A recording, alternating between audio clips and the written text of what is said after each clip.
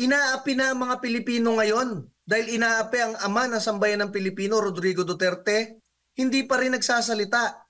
Kaya masabi ko sa inyo, sa napakaraming tumatakbong party list at tumatakbong senador, kung sila ay hindi nagsasalita ngayon patungkol kay Pangulong Duterte, wala silang paninindigan bilang politiko, masabi ko sa inyo, wag na wag nyo silang iboboto at susuportahan dahil kung wala silang paninindigan para sa napakalaking issue ngayon ng bansa, mas wala silang paninindigan pag may nangyaring masama sa inyo.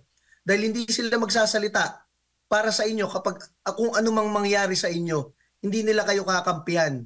Ang kinakampihan ng karamihan dyan, kung nasa ng pera, kung nasa ng ayuda, at kung sinong magbibigay sa kanila ng limpak-limpak na pangbili ng boto or pang-organisa ng kanilang mga kampanya.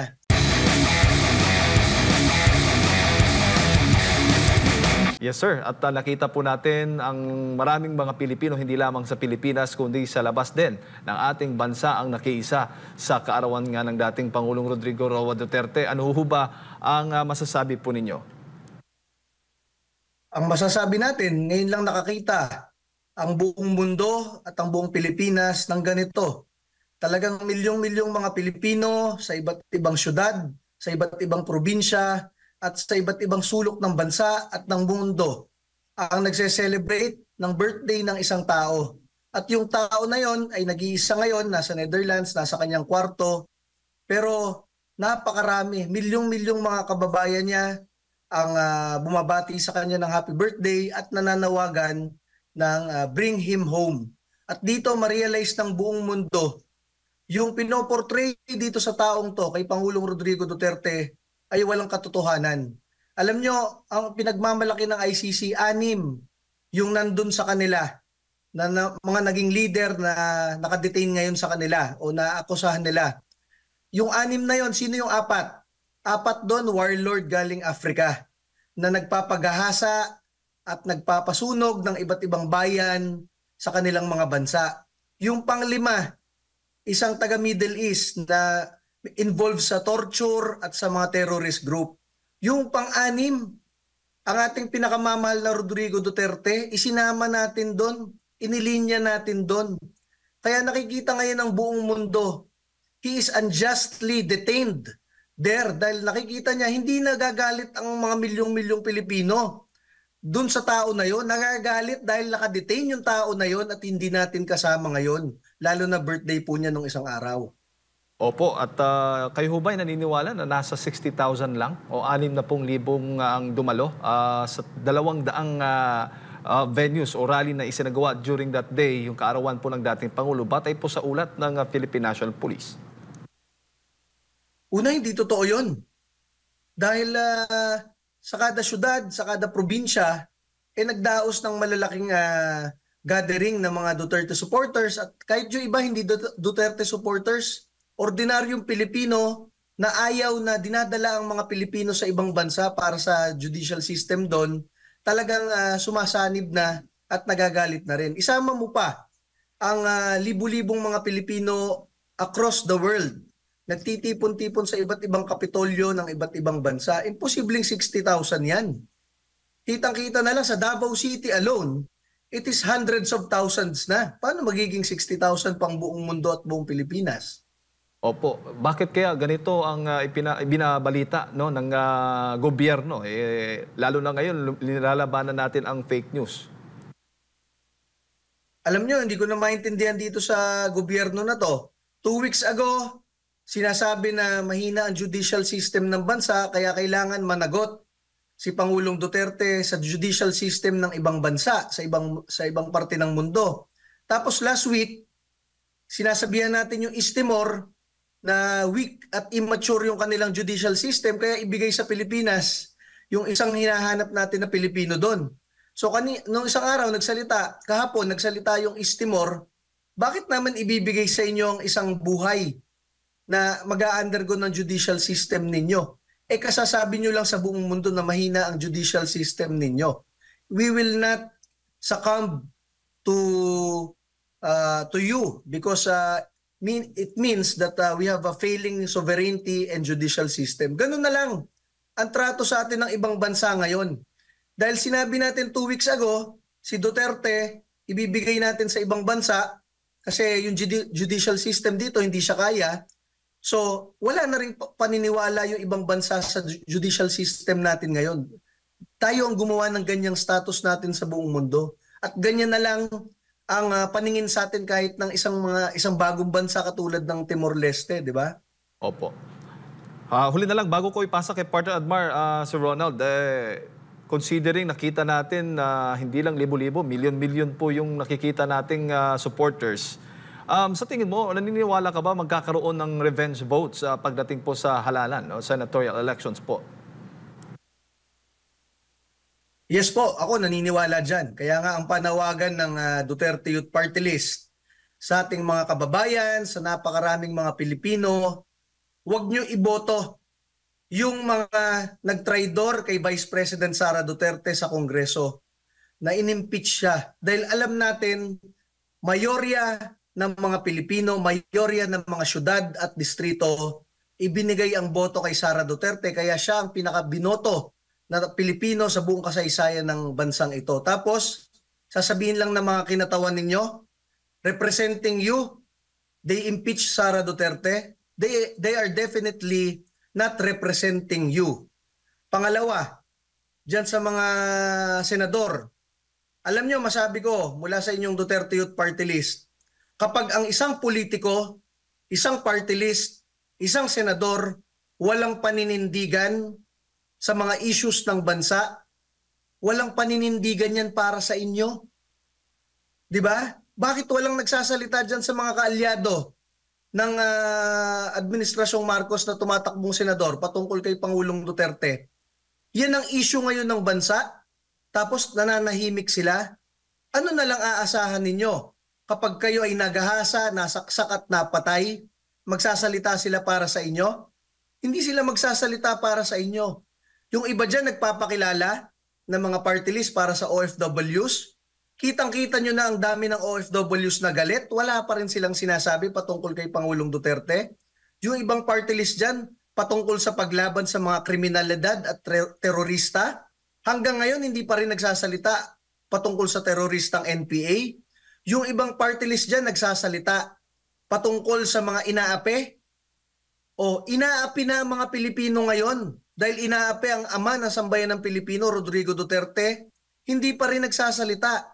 Kaya masabi ko sa inyo, sa napakaraming tumatakbong party list at tumatakbong senador, kung sila ay hindi nagsasalita ngayon patungkol kay Pangulong Duterte, wala silang paninindigan bilang politiko, masabi ko sa inyo, wag nyo silang iboboto at susuportahan dahil kung wala silang paninindigan para sa napakalaking issue ngayon ng bansa, mas wala silang paninindigan pag may nangyaring masama sa inyo. Dahil hindi sila magsasalita para sa inyo kapag kung anumang mangyari sa inyo, hindi nila kayo kakampihan. Ang kinakampihan ng karamihan dyan, kung nasa ng pera, kung nasa ng ayuda, at kung sinong magbibigay sa kanila ng limpak-limpak na pangbili ng boto or pang-organisa ng kanilang mga kampanya. Wala silang pakialam ngayon sa inyong sentimiento. Kaya wag nyo silang iboto dahil wala silang paninindigan bilang isang politiko. Chairman, magandang umaga, si Admar po ito. Nakikita niyo po ba na ang gobyerno natin ngayon ay mahilig na mag-downplay kahit na malinaw yung optics nito pero pilit na inililihis? Kagaya lamang po, maliban dyan sa bilang po ng mga dumalo, no? Sumuporta sa kay dating Pangulo Rodrigo Duterte, may isang pahayag pa ang isang opisyal ng kapulisan na yung kriminalidad daw ngayon sa bansa sa social media lang nagpapalala lang yan daw yung mga post sa social media, bagkus ay bumababa naman daw yung crime rate na kanilang naitatala. Chairman. Alam niyo, hindi ko maintindihan kung sino mga nag-a-advise dyan sa mga yan eh. Nababaliw kasi sa kapangyarihan yung iba dyan. Naakala nila nasa posisyon sila ngayon, kaya na nilang gawin at sabihin kahit anong bagay, kahit hindi totoo. Alam nyo, yung mismong Facebook account ng PTV, yung mismong Facebook account ng PCO, yung mismong Facebook account ni Bongbong Marcos, kapag meron kayong pinost at kinoment doon, dati, kumbaga kunyari 10,000 ang nag-comment, halos 9,000 out of 10,000 ang tumatawa na lang. Ibig sabihin, hindi na naniniwala sa announcement at post. Anong ginawa ng PTV, PCO at Bongbong Marcos Facebook page? Tinanggal na lang yung bilang para hindi makita kung sino yung tumatawa at bilang ng mga tumatawa at nagagalit. Doon na lamang Bakit nyo tatanggalin yung bilang? Kasi nakikita ninyo, mayorya ng mga netizens at nagre-react ay natatawa na lang o nagagalit sa kada post nyo araw-araw. 'Di ba? Pangalawa, sasabihin nila, hindi, mga trolls lang yan. Paano? Yung bang mga trolls bumoboto? Noong 2016, sinong pinaka-ibinotong tao sa buong Pilipinas na leader, national leader? Rodrigo Duterte. Sinong ipinakabinoto ng mga taong bayan, milyon-milyong mga Pilipino sa buong kasaysayan ng bansa noong 2022? Vice President Sara Duterte. Yung mga yon ay hindi trolls. Dahil dumaan yun sa COMELEC. Therefore, mayorya ng mga Pilipino noong 2016 at 2022 at mga nagko-comment ngayon sa social media ay hindi trolls at supporter talaga ng Pangulong Rodrigo Duterte. Anong isang katunayan dyan? Yung nangyayari ngayon kay Senador Amy Marcos. Alam nyo, may puntos kasi pag ikaw ay re-electionist. Bakit? Senador ka na So you are running again for your same post, di ba? So kapag ikaw incumbent, you have the advantage. Pero bakit wala si Senador Amy Marcos do sa top 12 recently? At hindi lang isang advantage niya bilang incumbent senator. Dalawa ang advantage ni ma'am. Siya ay sister rin ng incumbent president, di ba? So dapat imumultiply mo yung advantage na yon. Ikaw ay incumbent senator, ikaw ay kapatid ng incumbent presidente ng Pilipinas. Bakit wala doon sa 12 na winning numbers si Senator Amy Marcos? It is because of the Duterte factor. Duterte votes. Kaya nga ang number 1 senatoriable ngayon, Senador Bongo. At sa Kongreso, ang nagda-number 1 na party list ngayon, Duterte Youth Party List. Ibig sabihin, hindi naman trolls ang in-interview sa mga survey ng mga survey firms ng bansa, mga tunay na Pilipino. Ibig sabihin, ang sentimiento ng taong bayan ay para kay Pangulong Duterte, para kay Vice President Sara Duterte. Kaya nangunguna si Senador Bongo at nangunguna ang Duterte Youth Party List. Ang ating advice kay Senadora Amy Marcos, ma'am, kailangan nyo nang mamili kung kayo ay para ipagtatanggol nyo ang Pangulong Duterte na pinapahirapan ngayon o ipagtatanggol nyo ang inyong kapatid na nagpapahirap ngayon ng administrasyon. Yun lang yun, ma'am. Yun lang ang inaantay ng mga Duterte supporters dyan. Kung saan kayo papanig. Hindi na pwede dito yung nasa middle ground kayo na papasayahin nyo yung mga Duterte supporters, papasayahin nyo yung mga Marcos loyalists. Kailangan nyo mamili ngayon. At kitang-kita ngayon, ma'am, wala kayo doon sa 12 dahil ang mga Duterte supporters na milyon-milyon, hindi pa alam kung nasan talaga kayo, ma'am. So ang ating advice sa inyo, manindigan kayo para sa inyong kaibigan Rodrigo Duterte na nagpalibing para sa inyong ama. Manindigan kayo para sa inyong kaibigan na si Sara Duterte na talagang sinamahan kayo at ikinampanya kayo. Alam nyo, masabi ko sa inyo, ma'am, noong 2019, nung unang takbo nyong senador, si Sara Duterte kayo lang ang ginawan ng commercial, yung nakasakay kayong dalawa sa motor. Ganun na lang ang pagpapahalaga sa inyo ni Sara Duterte at ni Rodrigo Duterte na laging binabanggit, tinulungan niyo siya noong 2016. Sana manindigan kayo ngayon, ma'am, para sa mga Duterte. Dahil doon, pag kayo ay nanindigan para sa mga Duterte, baka manindigan sa inyo yung iba't ibang Duterte supporter na makikita ang inyong paninindigan at maipanalo pa uli kayo, ma'am. Ayan. Chairman, siguro huling mensahe po ninyo muli sa ating mga kababayan na nanonood po sa mga oras na ito.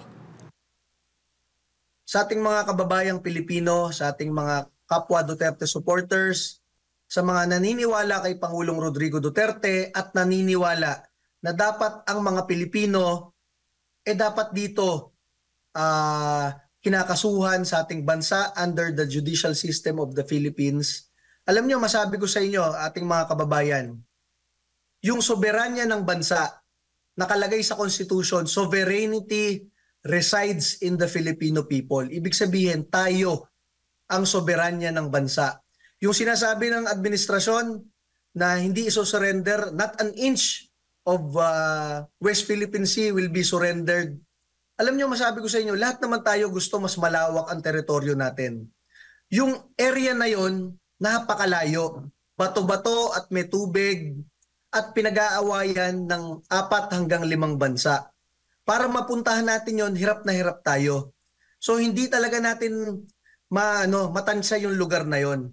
Pero yung isang Pilipino, buhay ng isang Pilipino na nakalagay sa Constitution, sovereignty resides in the Filipino people.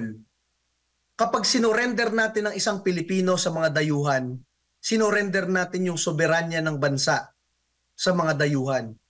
Yung sa West Philippine Sea, hindi natin kontrolado yon kasi napakalayo, napakalawak, pinag-aawayan ng 4 hanggang 5 bansa.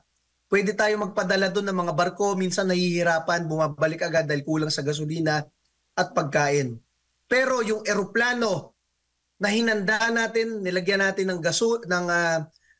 jet fuel, ng pagkain para ibiyahe si Pangulong Rodrigo Duterte, isang Pilipino sa other side ng mundo. Yun kaya natin kontrolin yun.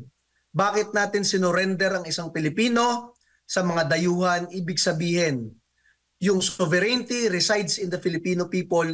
Sinurrender natin ang isang Pilipinong buhay, sinurrender natin ang soberanya ng bansa. Kaya ngayon, kahit yung maliliit na bansa katulad ng East Timor, Timor-Leste, hindi tayo iginagalang ngayon. Dahil sabi nila, bakit kami maniniwala sa inyo, sa judicial system ninyo? Sinurrender nyo nga ang Pilipino sa judicial system ng mga dayuhan. So ganyan ang nangyayari sa atin ngayon sa pananaw ng iba't ibang bansa, sa iba't ibang parte ng mundo. Kaya ngayon, nagagalit ang mga Pilipino at ngayong panahon po na ito, ang ating panawagan, hindi na dapat tayo manahimik, hindi na dapat tayo mag-iyakan, dapat tayo lahat ay manindigan. Kung yung ating mga kandidatong senador at party list at mga politiko, walang paninindigan, tayong taong bayan, milyon-milyon ang maninindigan para sa bansang ito at sisimulan natin in 42 days ngayong eleksyon na ito. Manindigan tayo na hindi natin iboboto at hindi natin ipapanalo yung mga senador, party list, mga gobernador, mayor at congressman na walang paninindigan at bumabalingbing. Bakit? Tayong lahat ay hindi babalingbing kay Rodrigo Duterte at kay Sara Duterte at dapat yung mga yan na balimbing at walang paninindigan ay matalo simula po ngayong eleksyon na ito.